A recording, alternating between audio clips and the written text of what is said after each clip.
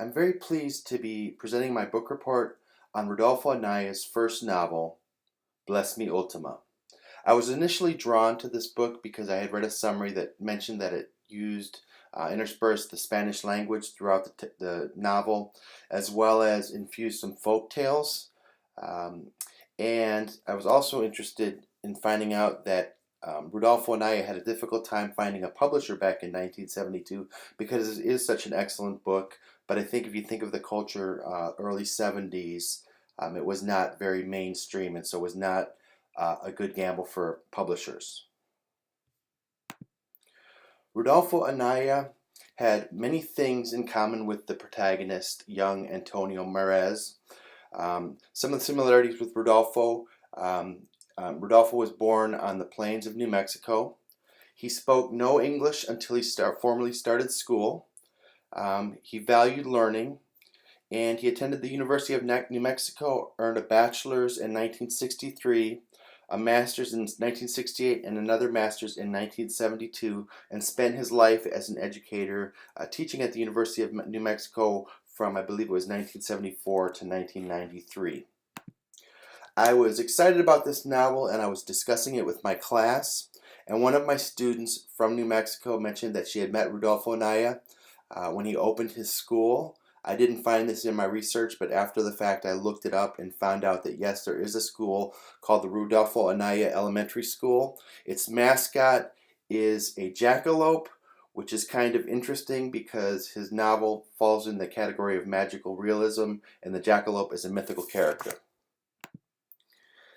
I'm going to give you the briefest of summaries. My hope is that you'll get excited about potentially reading the novel, and it's great. This story revolves around Antonio and his family. It starts when he's about 6 years old, and a curandero named Ultima, who is a midwife for the family, comes to live with them. At the time, his three oldest brothers are off fighting World War II. Some other things about the story. His father was a vaquero. His mother was from a farming family. Ultima is a curandero, which means she's a healer. She was a midwife for the family. Antonio is coming of age. He's discovering and trying to understand the world, and it's a blend between the indigenous culture and Catholicism. One of the many reviews that I read was a scholarly article written by Enrique Lamadrid. It was written in Hispania.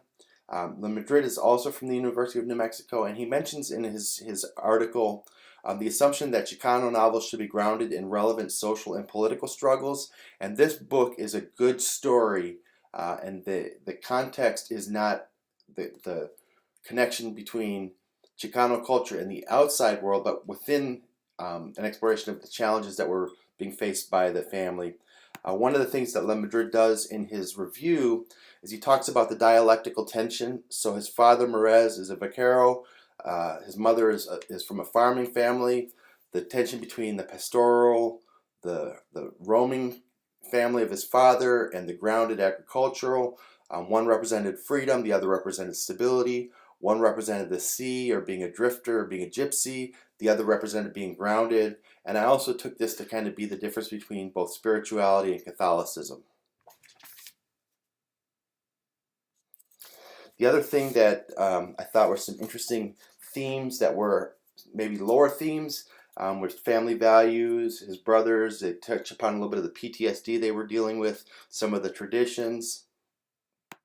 Again, the reason why I fell in love with this novel was because it was grounded in magical realism. And the La Llorona tale, one of the scholarly articles I skimmed talked about how that was woven throughout the book, but I was really drawn to a story that was told to Antonio by a friend, and it had to do with Native American belief, a story about the carp and their sacredness, and how the people became carp, and one of the gods fell in love with the people and protected them and became this magical carp.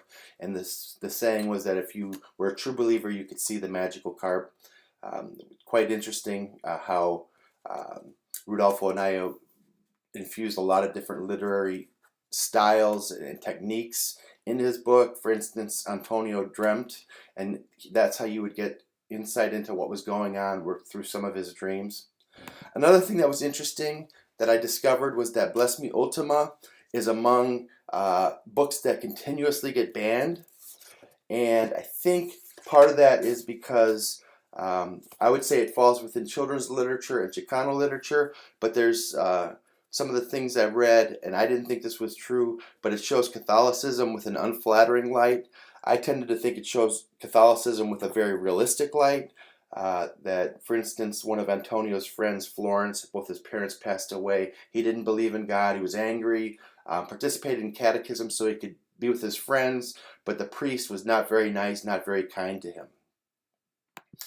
One of the things I discovered in talking with one of my colleagues who teaches literature is that Bless Me Ultima was made into a film that was released in 2013. I read the reviews on the film. They were excellent. My friend is going to let me borrow his version of the film, so I'm looking forward to seeing it this coming weekend. And that is my brief summary and review of Bless Me Ultima.